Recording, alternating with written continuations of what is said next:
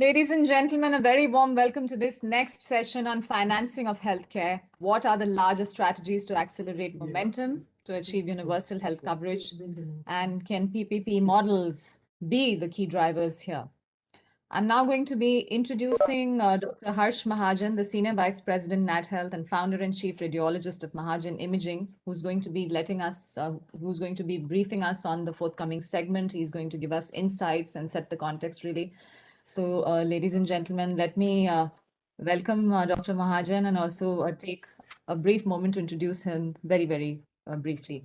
He's the Senior Vice President, NATHEALTH, as I said, and the Founder and Chief Radiologist, Mahajan Imaging, a pioneer in the field of medical imaging in India, who has established a chain of high-end diagnostic centers in India. He's a practicing radiologist and was awarded Padma Shri by the Government of India in 2002 for his contribution to this field in India. And he's also the past National President of Indian Radiological and Imaging Association and consultant to the International Atomic Energy Agency, Vienna. A very warm welcome once again to you, Dr. Mahajan. I would request you to please take over.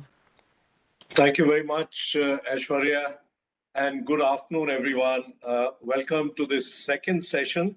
I think we had a very exciting first session, and this really, is the session where financing of healthcare. Now, we all know that a critical component in the UN's 2030 agenda for sustainable development goals is health for all.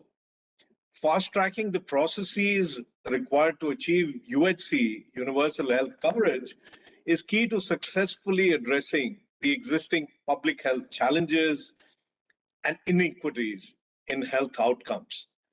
Financing key sectors within healthcare and aligning national and state priorities to bring quality healthcare to every Indian citizen is a must, and this will bring in improved outcomes. India has a commitment to achieve universal health coverage as part of the SDGs. However, we all know that its total healthcare expenditure is less than 5% of GDP. This has resulted basically in suboptimal outcomes. The current budget, the recent budget 2021, provides for increased outlay and is a welcome sign for an industry which has been severely impacted by the pandemic. We've heard about the pandemic and how it has impacted and how we need to actually, change the way we practice in the months and years to come in the first session. The public health expenditure in India, which is a total of the center and state government, has remained constant at an estimated 1.3% of GDP between 2008 and 15, and increased only marginally to 1.4% in 16-17. This is less than the world average of 6%.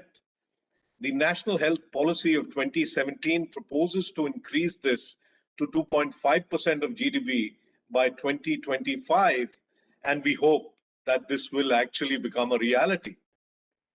The tragedy really is that India, as elsewhere, those in India as elsewhere, those who have the capacity to buy healthcare from the market often get healthcare without having to pay for it directly. And those who are below the poverty line or living at subsistence levels are forced to make direct payments. This has been the reality for decades. Often, this leads to a heavy burden of debt to access healthcare from the market. National data reveals that 50% of the bottom quintile sold assets or took loans to access healthcare. Hence, loans and sale of assets are estimated to contribute substantially to financing healthcare. This makes the need for insurance and social security even more imminent. Public financing of healthcare comes largely from state government budgets, about 80%, and the balance from the union government, 12%, and local governments, about 8%. Of the total public health budget today, about 10% is externally financed, in contrast to about 1% prior to the structural adjustment loan from the World Bank and loans from other agencies. Private financing is mostly out of pocket, with a large proportion, especially for hospitalizations, coming not from current incomes, but actually from savings, debt, and sale of assets. Insurance contributions, whether for social insurance schemes or as private insurance premiums, constitute a very small proportion, including the private sector. The total expenditure of GDP is about 3.9%. Out of this total expenditure, effectively about 1/3, 30%, is contributed by the public sector. This contribution is quite low compared to many other countries. For example, Brazil, 46%, China, 56%, Indonesia, 39%, the US, 48%, and the UK, by far the maximum at 83%. Rising patient consumerism, expansion of the continuum of care, a shift towards quality-based care, increasing patient participation in their own healthcare, the use of technology in delivering care, and increasing insurance penetration are some of the disruptive trends which the Indian health economy has been witnessing in the past few years. These trends and turbulent events, along with the implementation of NHPS, present an opportunity for the relevant stakeholders to redefine and reorganize themselves and adopt new components of people, process, and technology in their business models. One of the tectonic shifts in Indian healthcare has been the launch of Ayushman Bharat, which addresses both pillars of universal health coverage, the role of primary care, preventive care, and financial access. Under the National Health Protection Scheme, the government plans to cover over 500 million population, or about 100 million families, making it the largest scheme on the planet. Traditionally, the public and private sectors have not worked together, but innovative PPP models have a great potential opportunity. International experience shows that the most efficient public healthcare systems use private capital and expertise to induce efficiency and innovation. High-performing countries have used different methods for healthcare financing to achieve UHC. Recent developments such as PMJ, the Atmanirbhar Swasth Bharat Yojana, present a fresh impetus for both to work together towards achieving the nation's goal of UHC. India really is a microcosm of all healthcare systems in the world, given its multiple attributes, be it those of the provider, payer, or the role of the private sector and the government. India has been able to provide best quality outcomes at affordable price points. In fact, India provides some of the cheapest healthcare delivery systems at affordable prices, at the lowest prices in the world.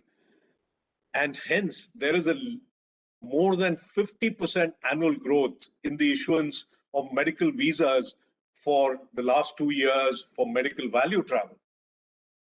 However, despite all of this, significant challenges remain, especially related to healthcare expenditure. This has impacted India's stride towards UHC, with out-of-pocket payment being above 60%. Countries which have performed relatively well on UHC generally have high government spending on healthcare. To grow in this new Indian health economy, stakeholders need to focus on creating value in the ecosystem. To grow in this new health economy, stakeholders need to align themselves with accelerating trends. Government too needs to focus on moving from provider to payer, and effective implementation of NHPS needs to be the cornerstone. renewed focus on generics and facilitate Make in India also can lead to providing healthcare at even lower cost without compromising quality.